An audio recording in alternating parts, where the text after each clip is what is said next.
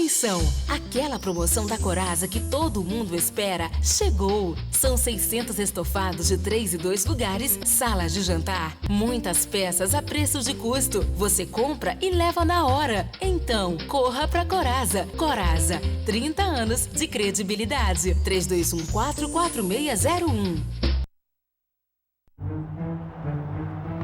O Brasil é mais que o país do futebol.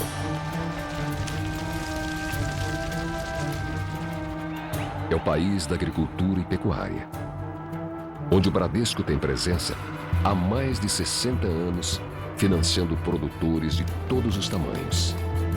É o país da iniciativa empresarial, com presença constante do Bradesco na vida do pequeno, médio e grande empresário.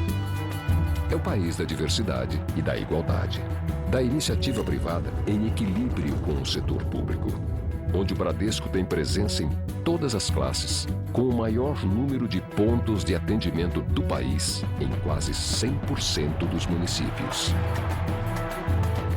Esse não é mais o país do futuro. Hoje, no mundo, o Brasil é presença. E presença no Brasil é Bradesco.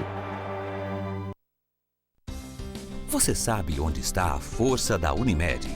A força da Unimed não está apenas nos seus profissionais altamente qualificados, nem na reconhecida qualidade de seus serviços ou na sua abrangência nacional. Não está somente na sua experiência de 39 anos no mercado, nem em seus 11 milhões de clientes ou em seus inúmeros trabalhos sociais. A força da Unimed está no cooperativismo. Cooperativismo é trabalho em equipe, é a união das partes em função do todo.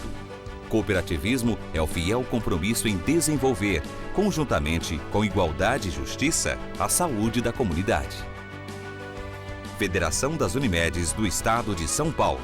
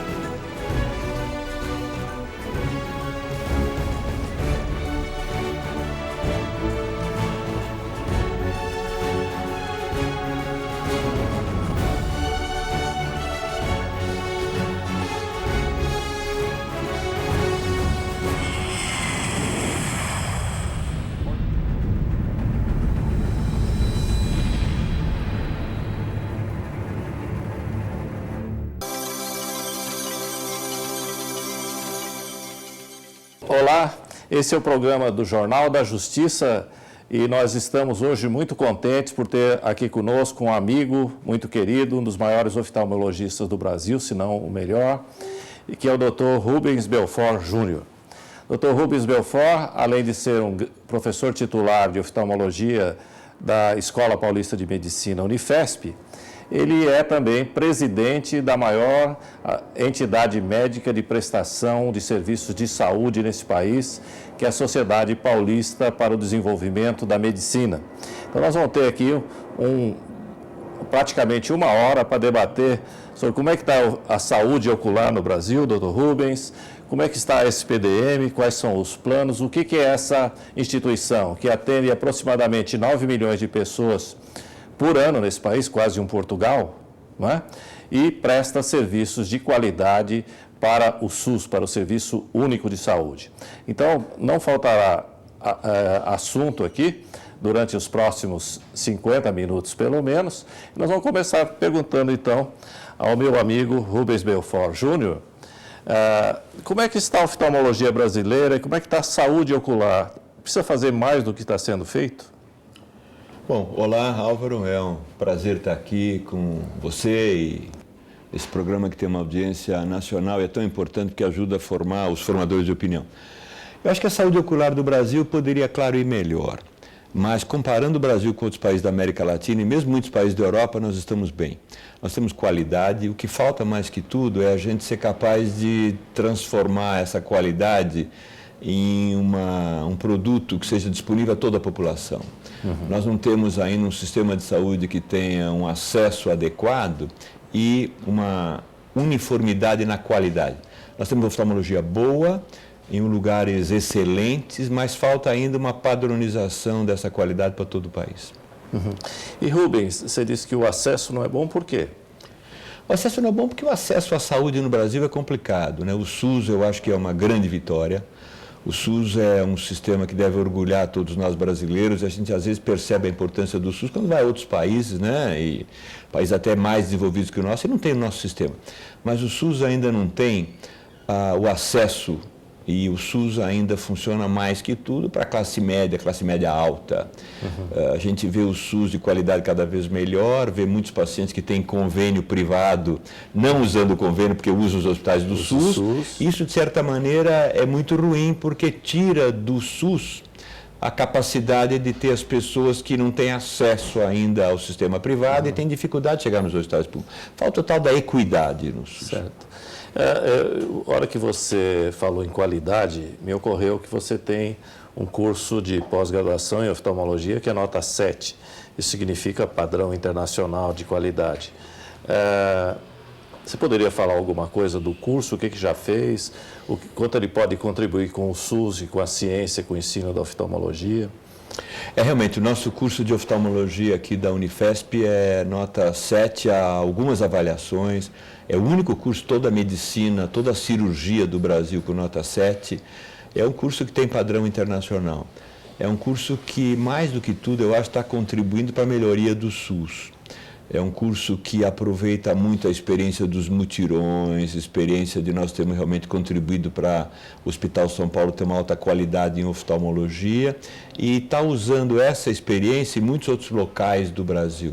Então nós temos um número grande de pós-graduados daqui que conseguiram replicar esse tipo de serviço em outras capitais e universidades do Brasil. Desculpa te interromper, mas o Hospital São Paulo, por exemplo, tem um pronto-socorro de oftalmologia que funciona 24 horas. Isso é comum? Se não é comum, os seus alunos estão reproduzindo isso no resto do Brasil? A assistência oftalmológica de urgência em São Paulo e em muitos lugares ainda não é aquilo que deveria ser.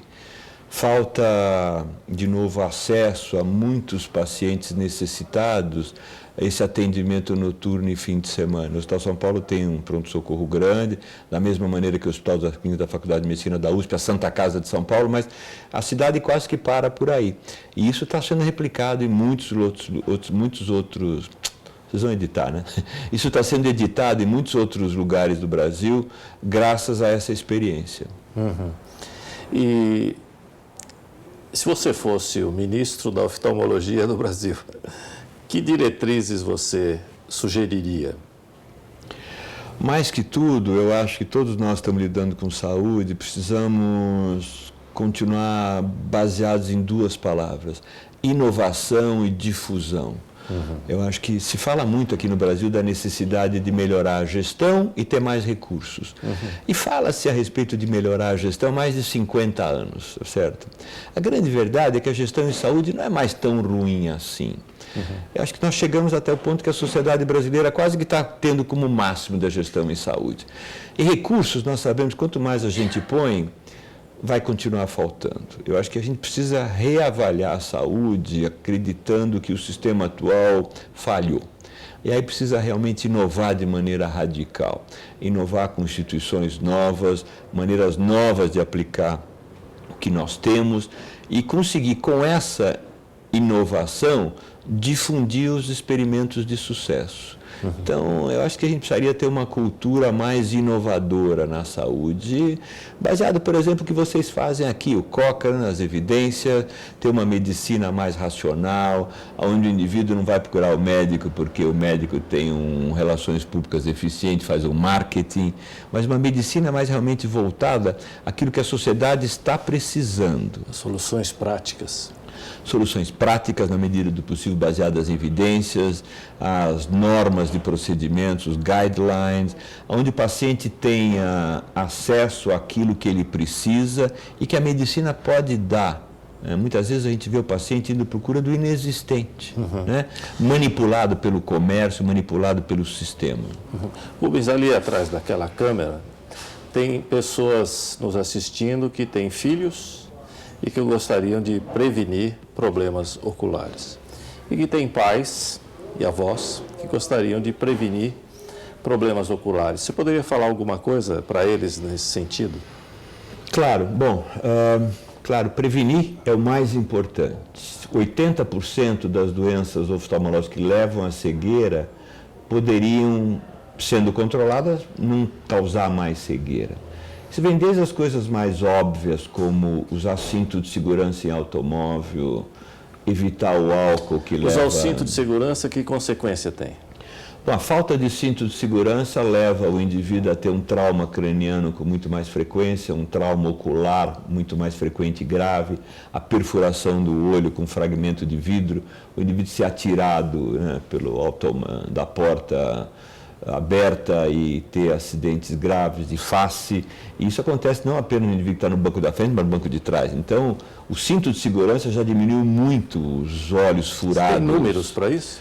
Não existe número realmente aqui no Brasil, mas se acredita de maneira geral que o cinto de segurança e essa maneira defensiva de dirigir causa uma diminuição de até 60%, 70% dos olhos perfurados. Então, esse é um exemplo típico, né? Outro exemplo muito importante de evitar a cegueira é o relacionado com a diabetes. A epidemia da diabetes no mundo inteiro leva o indivíduo a ter diabetes e a população muitas vezes não sabe que a cegueira é muito comum nessa faixa, né, de pacientes, principalmente depois dos 55 anos de idade. Esses são dois exemplos de prevenção. Um acidente do automóvel, o acidente do trabalho, o indivíduo que trabalha não usando proteção adequada, e depois um exemplo da doença metabólica. Em relação, então, aos idosos, a degeneração da neovascularização macular, o que você poderia dizer? Os oftalmologistas cada vez mais lidam com a população idosa, porque o olho não foi feito para durar mais do que 50 anos de idade. Todo mundo aos 40 anos de idade já começa a usar óculos para perto, aos 60, 65 anos de idade, catarata passa a ser quase que a regra. Acima de 70 anos só não tem catarata quem já operou a catarata. Então, o oftalmologista é um indivíduo que lida com pacientes mais idosos. E quando chega, então, 70, 80 anos, o grande desafio que a gente tem que enfrentar é a degeneração macular. Quer dizer, a retina, com a idade, com o tempo, passa a funcionar mal. Alguns pacientes têm uma forma que a visão é rapidamente perdida, outros têm aquela forma que a visão vai aos pouquinhos. Proliferando os vasos no fundo de olho, né? Podem sangrar e destrói os neurônios ali que têm maior acuidade, maior precisão na visão, não é? E o velhinho, coitado, vai perdendo a qualidade da visão e ficando cego, não é? No diabetes isso é pior. O diabetes tem uma alteração bastante semelhante, porque no diabetes a minha retina é afetada e dentro da retina afetada o mais importante é a mácula. Então, você está certo, é isso mesmo, é um bom clínico. A mácula é afetada principalmente no paciente mais idoso, a forma aguda ele tem o surgimento dos vasos sanguíneos, a hemorragia, e a forma que a gente diz seca é aquela forma onde vai lentamente perdendo as células que fazem a visão e a visão vai lentamente diminuindo. Na forma aguda é que tem esses novos tratamentos com base de injeções intraoculares, e que você sabe tão bem. E esse assunto, né, quer dizer, o tratamento até muito pouco tempo atrás era muito caro, né? Quanto custava tradicionalmente um tratamento desse? Então, você está em relação à forma macular, né? A degeneração macular. A degeneração macular, então, tem a forma seca, onde não existe tratamento nenhum. Talvez os suplementos dietéticos, à base de luteína e outras substâncias semelhantes, possam ter uma ação. Mas vai demorar bastante. Talvez a gente tenha que esperar mais 4 ou 5 anos para surgir as primeiras evidências sólidas, dizendo se isso funciona ou não. As pessoas usam suplementos nutricionais e dietéticos para evitar. Agora, a forma aguda, molhada, que a gente diz, aquela forma exudativa, é que já tem tratamento. O tratamento existia apenas com produto Qual que é a produzido pela proporção? É Novartis. seca e que proporção é inflamatória, vamos dizer assim? É muito provável que 80% a 90% seja a forma seca, que vai lentamente diminuindo a visão. E a forma aguda é menos frequente, mas é mais dramática. É aquela que o indivíduo pode perder a visão do olho em alguns meses e, de repente, o segundo olho em seguida. Essa forma aguda, então, é que tem o tratamento. O tratamento é feito basicamente com injeções de produtos dentro do olho. Existe um produto aprovado pelo FDA para isso e existe mesmo nos Estados Unidos, em grande quantidade, um produto que pela primeira vez não chegou nem a ser aprovado pelo FDA, mas ele se mostrou tão necessário e útil que ele passou a ser utilizado, inclusive reembolsado pelo sistema de saúde dos Estados Unidos. E a crítica, né, o problema nesse tratamento, eu sou coautor de uma revisão sistemática, tive a honra de ser coautor de uma revisão sistemática com você, não é? E para quem não sabe, quer dizer, o tratamento com novo tratamento com o anticorpo monoclonal mostrou uma eficiência maior do que o anterior e reduz o custo de aproximadamente R$20 mil por tratamento para R$37. Isso torna um tratamento totalmente inviável para os recursos brasileiros, que iria custar aí muitos bilhões de dólares, para alguns milhões completamente palatáveis, vamos dizer assim, para a economia da nossa saúde, não é? Mais enquanto nos Estados Unidos da América, o pessoal não tem muito medo de uso chamado off-label, né, fora da bula, 90%, segundo as informações que eu obtive com você mesmo, são feitos com esse tratamento que esse artigo seu propõe. E como é que está no Brasil? Bom, no Brasil, felizmente, cada vez mais os médicos oftalmologistas e os sistemas de saúde também usam o off-label para esse tipo de situação. Quer dizer, como o doutor Álvaro colocou muito bem, é uma droga que existia para tratamento de metástase de alguns tipos de câncer e, de repente, um oftalmologista da Flórida descobriu que a mesma droga, fracionada, poderia, em volume bem pequeno, injetado dentro do olho, causar o mesmo, ou talvez melhor efeito terapêutico do remédio que havia sido aprovado com essa finalidade e que é muito mais caro. Rubens, esse assunto é extremamente importante. Eu vou aproveitar para usar isso como um gancho para segurar o nosso telespectador para o segundo bloco.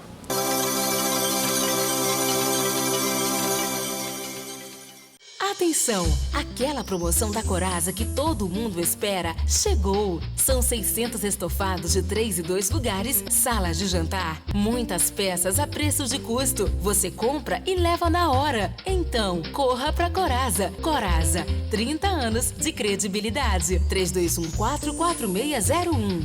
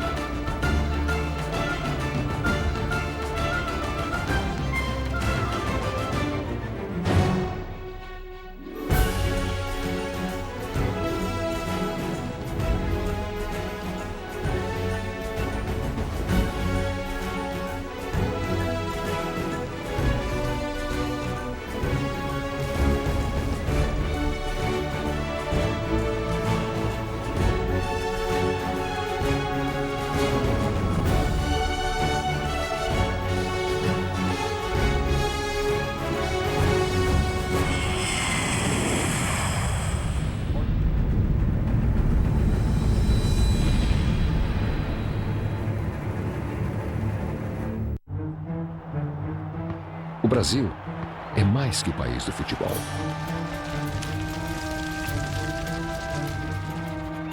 É o país da agricultura e pecuária, onde o Bradesco tem presença há mais de 60 anos, financiando produtores de todos os tamanhos. É o país da iniciativa empresarial, com presença constante do Bradesco na vida do pequeno, médio e grande empresário.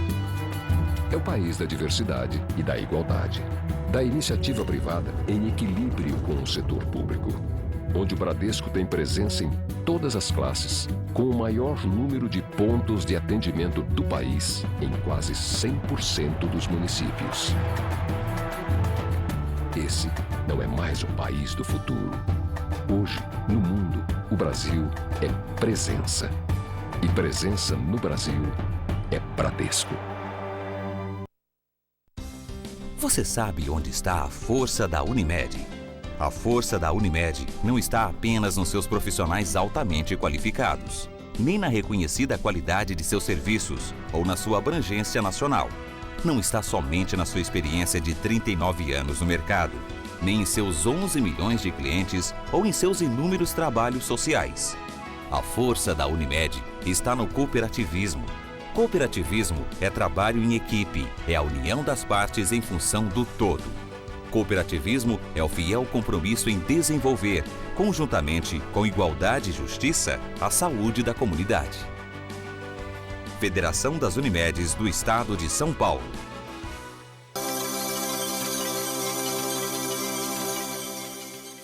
Então voltamos aqui para o segundo bloco do Jornal da Justiça. Eu vou aproveitar esse reinício do programa para agradecer ao nosso diretor Luiz Maurício, que está aqui presente, dando todo o apoio para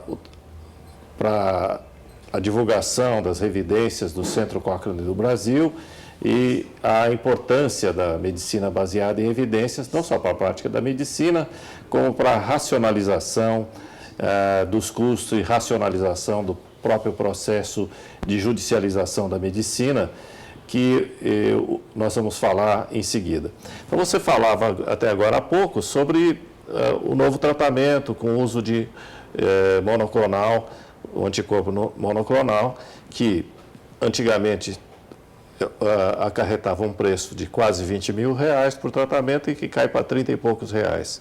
Como é que está, então, hoje no Brasil esse tratamento? Então, o que acontece é que, felizmente, os resultados foram tão positivos que as pressões começaram a diminuir.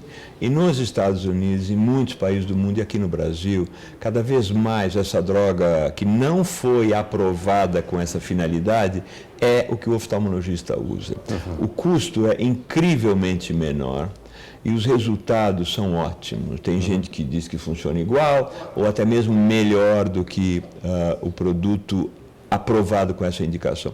É um novo paradigma da medicina. É a primeira vez que você tem uma droga que não foi testada pelo FDA para isso, mas a resposta da sociedade foi tão forte que ela passou a valer. Uhum. É claro que isso não interessa ao interesse econômico. Claro. Isso não interessa àqueles que dizem, não, nós gastamos um dinheiro para desenvolver e patentear, então nós temos o direito de cobrar muito mais caro. Mas na prática, essa droga se firmou, os oftalmologistas acreditam nela, e é graças a isso que nós conseguimos aqui no Hospital São Paulo, na Universidade Federal de São Paulo e nas melhores universidades do Brasil, dar à população o tratamento que precisa. Seria impossível tratar os pacientes com o preço que a indústria quer colocar esse tipo de produto. Isso está, inclusive, forçando a indústria a diminuir o seu preço original. Uhum.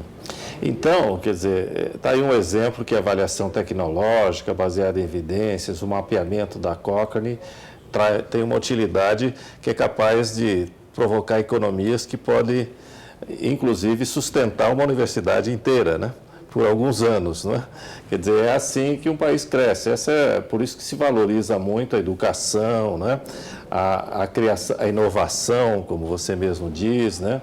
A avaliação tecnológica em busca de eficiência, né? Porque aí com menos recursos você pode até trazer mais benefícios, né? E aumentar a acessibilidade de toda a população a tratamentos que antes eram impossíveis, né? Inatingíveis, não é? E você veja, a gente sabe que 80% da população do mundo talvez viva a medicina do que de 1960. Não adianta nós termos drogas maravilhosas e ninguém ter dinheiro para usá-las. A gente tem que, se por um lado desenvolver drogas, tem também que criar mecanismos que permitam à população receber isso. Uhum. Nós acompanhamos toda a epopeia do HIV, da AIDS no Brasil, onde simplesmente o sistema dizia, não tem como tratar o paciente com AIDS.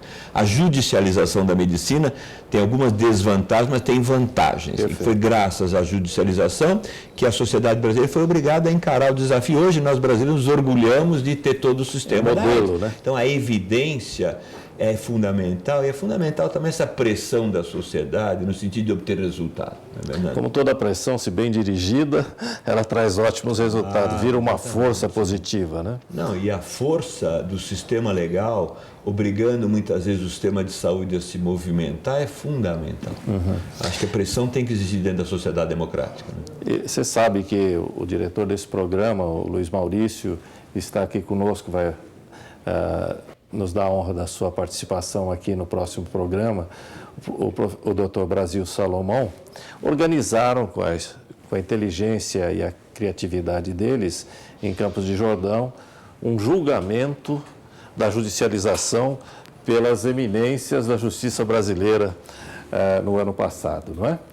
E alguns colegas falaram contra a judicialização, os pontos negativos, outros falaram a favor, e chegaram à conclusão que dever-se-ia absolver e apoiar a judicialização, como você bem está dizendo, com uma vírgula, desde que baseada nas melhores evidências científicas existentes, não é? Eu acho que precisa tomar... Eu fico muito feliz com isso, porque com frequência eu sou uma minoria bem pequena no meio médico, no meio de saúde, mas eu acho que a judicialização é fundamental. É uma pena que a judicialização esteja servindo quase que exclusivamente para a classe alta, classe média alta, Isso. que é a que tem advogados. Eu tenho clientes no meu consultório particular, não, doutor, não se preocupa que meu advogado consegue. Mas um desses pacientes que eu sempre lembro é de uma família de milionários, tem seus próprios advogados. A judicialização tem que existir muito para a classe baixa e tem que forçar o sistema de saúde, né, a funcionar. Agora, nós tivemos no Brasil um problema muito grave, que era aquele negócio do pessoal que ia para Cuba para tratar da retinose pigmentar, que é uma farsa. E aí sim, é um exemplo ruim da judicialização, porque entrava na justiça e a família inteira para Cuba, pago com dinheiro da saúde do Brasil, o tratamento não servia para nada. Como é que nós fizemos? Nós montamos um protocolo aqui no Brasil, fazia exatamente o que Cuba oferecia. Terminou rapidamente o interesse nisso e controlou o problema. Mas, então, a judicialização, eu acho que sim. Que bom que foi absolvida. Foi absolvida, apoiada desde que o pessoal ligado a esse programa e ao Centro Cochrane entende que ela é positiva, desde que tenha bases científicas para justificar aquela pressão, vamos dizer assim, jurídica para a solução do problema. Isso aí é uma maneira de melhorar a cidadania, né? Os direitos dos contribuintes desse país, não é? Que são todos nós. Inclusive, há evidências, né, que os mais pobres pagam mais impostos do que os mais ricos. E a sociedade precisa, né, Álvaro, saber quanto quer gastar em saúde. É uma opção social. Verdade. Porque sempre vai faltar dinheiro para a saúde, sempre vai faltar dinheiro para a educação. Agora, a sociedade tem que resolver, todo mundo vai ter curso superior ou não? Quanto vai gastar em saúde? E nós médicos somos os instrumentos, né, de realização desse desejo da sociedade. Perfeito, perfeito. Então, Rubens, podemos mudar um pouquinho de assunto? Vamos.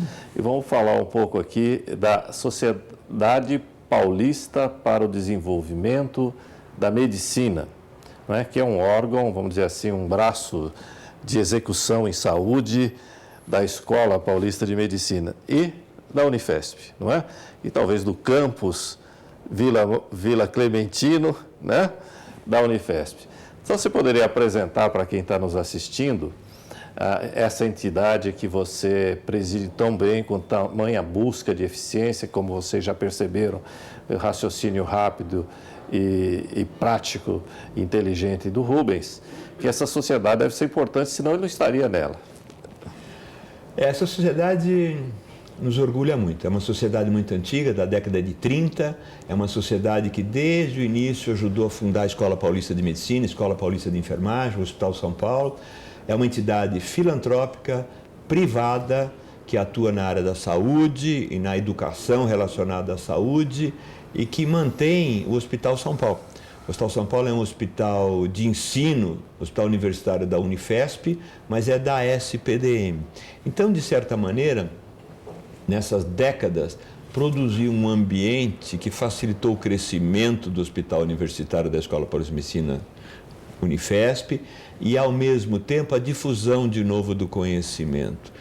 Uma entidade filantrópica, nós atuamos como organização social na cidade de São Paulo, no estado de São Paulo, na cidade do Rio de Janeiro, em vários locais do Brasil. E nós temos um lema, é o nosso emblema, que é orgulho de ser SUS, porque é 100% SUS. E vários dos nossos hospitais têm acreditação no que aquilo que chama ONA 3. Alguns hospitais nossos já têm acreditação, inclusive, com organismos internacionais, da maneira semelhante aos melhores hospitais privados de São Paulo, com a diferença que nós somos 100% SUS.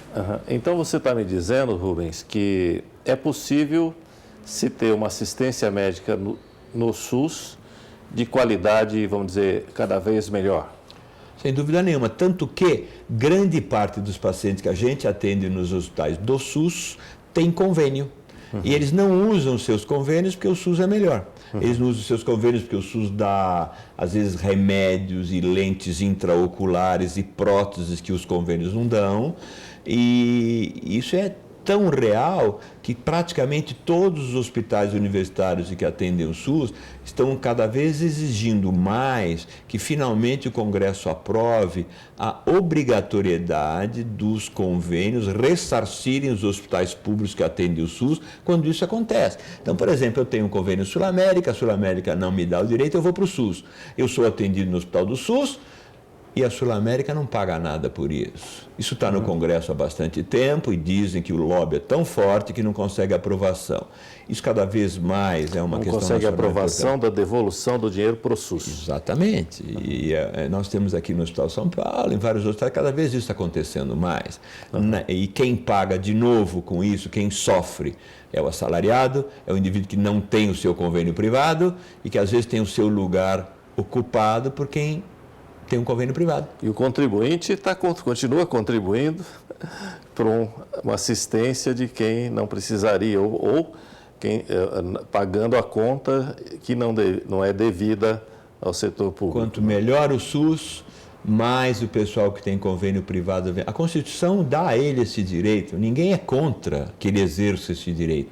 O errado é o SUS, a sociedade brasileira não ser ressarcida. Quer dizer, quanto melhor o meu hospital, mais os conveniados virão aqui e darão lucro ao indivíduo que está vendendo o seu plano de saúde. Perfeito.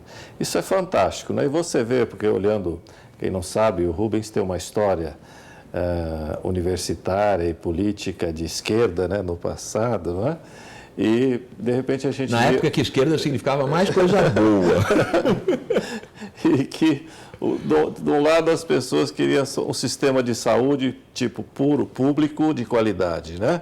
Que muitos achavam impossível. E, por outro lado, o pessoal da direita achando que só o sistema particular, né, e privado resolveria a questão. Você está me dizendo, então, que a virtude está no meio, né? Quer dizer, é possível fazer uma junção disso e caminhar em direção ao sistema público de saúde de alta qualidade, tipo SUS? Eu acho que a gente tem que ter um sistema público de saúde cada vez melhor. O SUS é isso, o SUS tem que continuar a ser construído.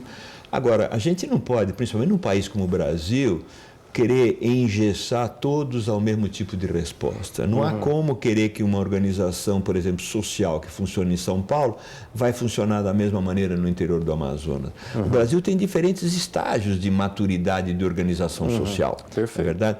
E a gente não pode querer que o modelo pequeno seja aplicado para todo mundo igual. É claro que, em tese, é maravilhoso que todo hospital público funcione, mas na prática a gente sabe dessas dificuldades. Então o sistema privado tem que suplementar o sistema de saúde republicano.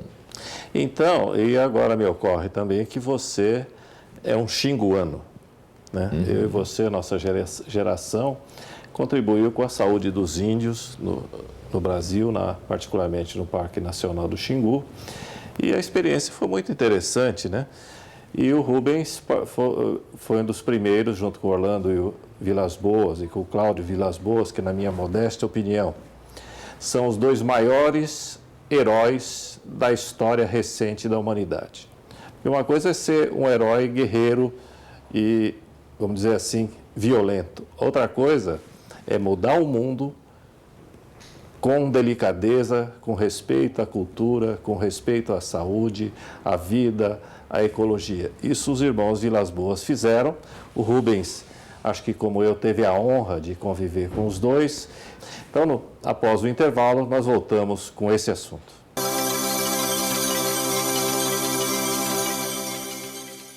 Atenção! Aquela promoção da Coraza que todo mundo espera chegou! São 600 estofados de 3 e 2 lugares, salas de jantar, muitas peças a preço de custo. Você compra e leva na hora. Então, corra pra Coraza. Coraza, 30 anos de credibilidade. 3214-4601.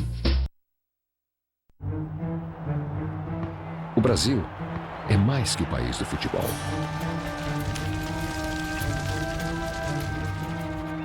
É o país da agricultura e pecuária, onde o Bradesco tem presença há mais de 60 anos, financiando produtores de todos os tamanhos.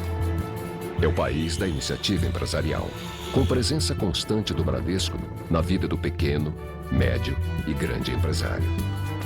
É o país da diversidade e da igualdade, da iniciativa privada em equilíbrio com o setor público, onde o Bradesco tem presença em todas as classes, com o maior número de pontos de atendimento do país em quase 100% dos municípios. Esse não é mais o país do futuro. Hoje, no mundo, o Brasil é presença. E presença no Brasil é Bradesco. Você sabe onde está a força da Unimed? A força da Unimed não está apenas nos seus profissionais altamente qualificados, nem na reconhecida qualidade de seus serviços ou na sua abrangência nacional. Não está somente na sua experiência de 39 anos no mercado, nem em seus 11 milhões de clientes ou em seus inúmeros trabalhos sociais. A força da Unimed está no cooperativismo. Cooperativismo é trabalho em equipe, é a união das partes em função do todo. Cooperativismo é o fiel compromisso em desenvolver, conjuntamente com igualdade e justiça, a saúde da comunidade. Federação das Unimedes do Estado de São Paulo.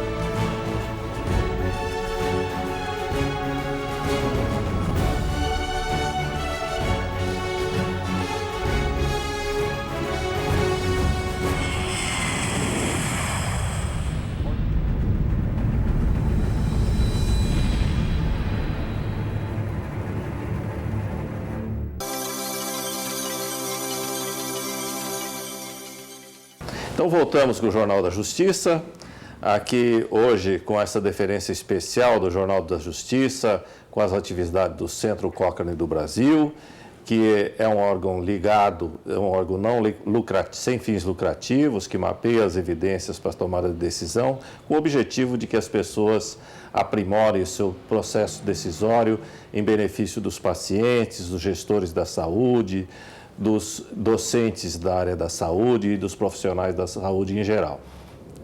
No final do bloco anterior, a gente estava falando sobre a Sociedade Paulista para o Desenvolvimento da Medicina, da qual nosso querido Rubens Belfort Júnior é o seu presidente.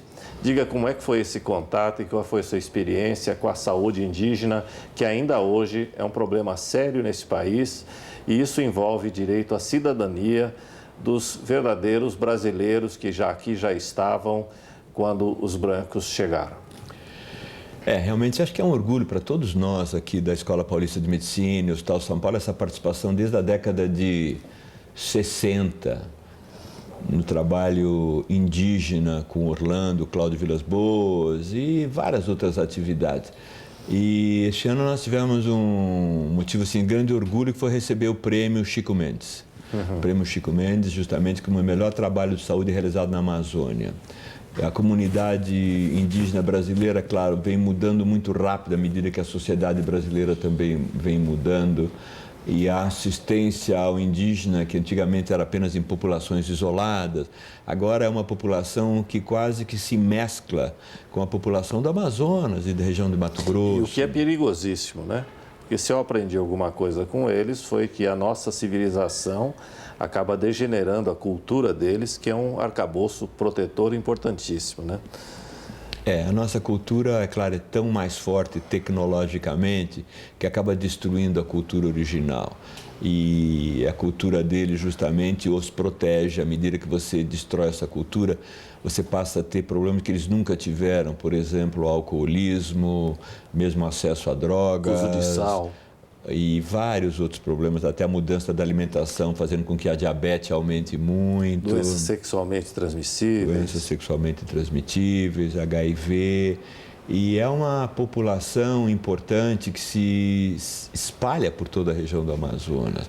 E a experiência nossa do Hospital São Paulo, da Escola Paulista de Medicina, é muito rica nesse aspecto, né? Sem dúvida nenhuma. Então, mas vamos voltar àquela fase romântica dos contatos aqui, você, o professor Baruzzi, com os índios do Xingu. Esse primeiro contato, como é que foi? Você arriscou a sua vida? Orlando fez o mesmo que ele fazia? Como é que é? Usando o lema do Marechal Rondon, né? Se preciso morrer, sim, mas matar, nunca. Né? Era isso, mais ou menos? Na época do Marechal Rondon e mesmo Orlando e Cláudio Vilas Boas, foi realidade. Nós não, né?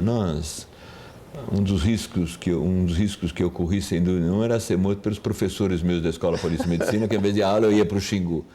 A medicina mudou tanto nesses anos que eu acho que eu aprendi muito mais no Xingu do que decorando coisas que já perderam a importância, né? O Xingu ensinou a todos nós, todas essas gerações, a importância de entender a sociedade e a cultura para poder exercer uma medicina mais adequada. Mais que tudo, é o papel do pajé e o papel nosso.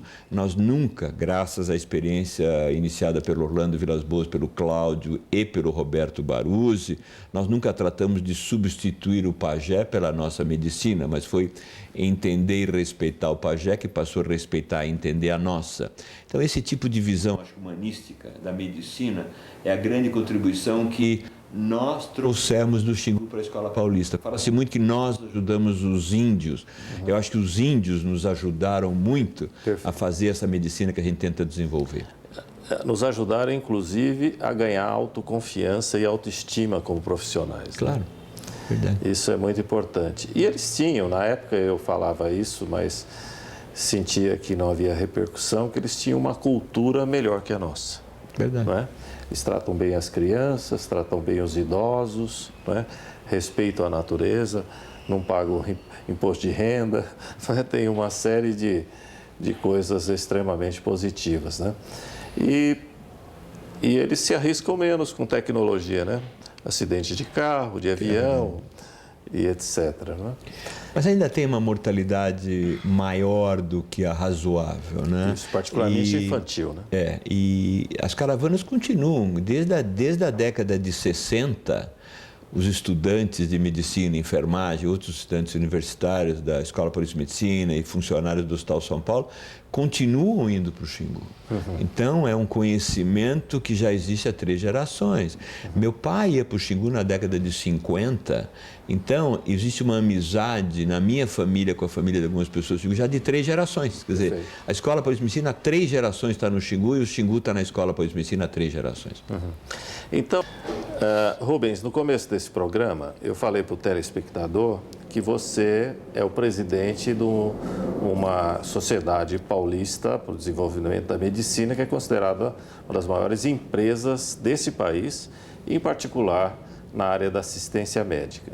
Você poderia dizer o que essa sociedade tem feito no Brasil, em que locais, que tipo de trabalho, saúde da família, assistência de urgência, como é que isso está no Hospital Pirajussara, na saúde da família das cidades circunvizinhas, em outros estados, né? Passa um panorama. A SPDM pode ser um modelo? Por que ela é tão convidada para a gestão da saúde, particularmente na área do serviço do Sistema Único de Saúde? Então, a SPDM é uma organização privada filantrópica que age na área da saúde. E, com o tempo, nós desenvolvemos uma expertise, um conhecimento que nos levou a desenvolver uma verdadeira tecnologia de prestação de serviço de saúde em grande escala, com grande qualidade. A SPDM, então, passou a desenvolver atividades em diferentes municípios do estado de São Paulo e aí foi a outros estados do Brasil. Ela recebe o dinheiro e gasta o dinheiro. Como entidade filantrópica trabalhando na área da saúde, o lucro não existe. Todos nós que trabalhamos na SPDM, no Conselhos Consultivos, trabalhamos de maneira filantrópica, quer dizer, gratuita. Então, o dinheiro entra e sai. O dinheiro entra trazido pelo governo e é aplicado na saúde, mas eu acho que o segredo é que a gente aplica como uma entidade privada, ou seja, nós fazemos uma assistência médica baseada em metas, em resultados, onde o indivíduo pode ser contratado e demitido em função do trabalho que ele presta.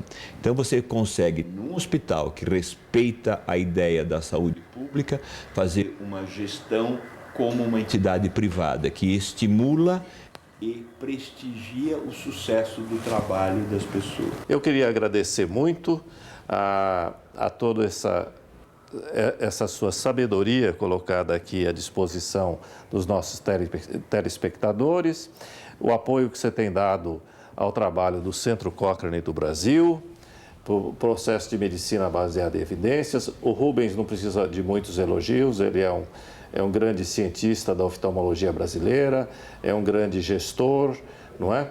E é uma pessoa que tem uma história que todos respeitamos muito. Rubens, muito obrigado e eu convido vocês a nos assistir na próxima semana, nesse mesmo horário, nesse mesmo canal. Até lá e muito obrigado.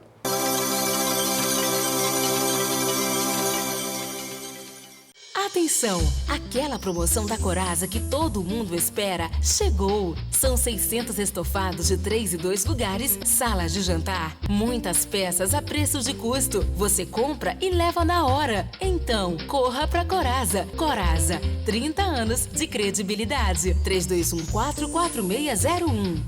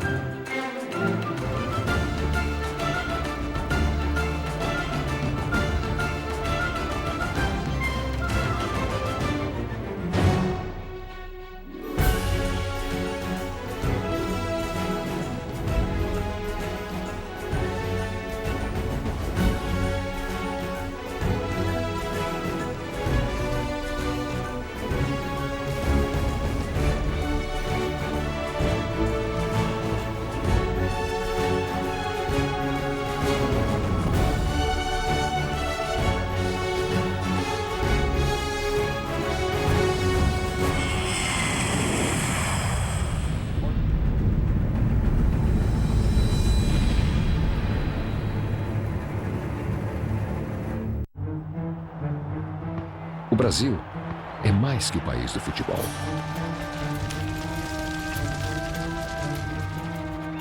É o país da agricultura e pecuária, onde o Bradesco tem presença há mais de 60 anos, financiando produtores de todos os tamanhos.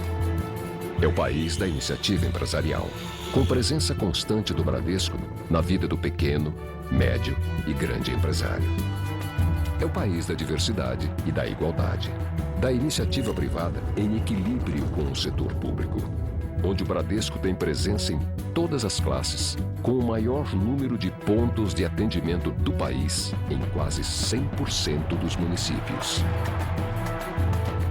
Esse não é mais o país do futuro, Hoje, no mundo, o Brasil é presença. E presença no Brasil é Bradesco. Você sabe onde está a força da Unimed? A força da Unimed não está apenas nos seus profissionais altamente qualificados, nem na reconhecida qualidade de seus serviços ou na sua abrangência nacional. Não está somente na sua experiência de 39 anos no mercado, nem em seus 11 milhões de clientes ou em seus inúmeros trabalhos sociais. A força da Unimed está no cooperativismo. Cooperativismo é trabalho em equipe, é a união das partes em função do todo.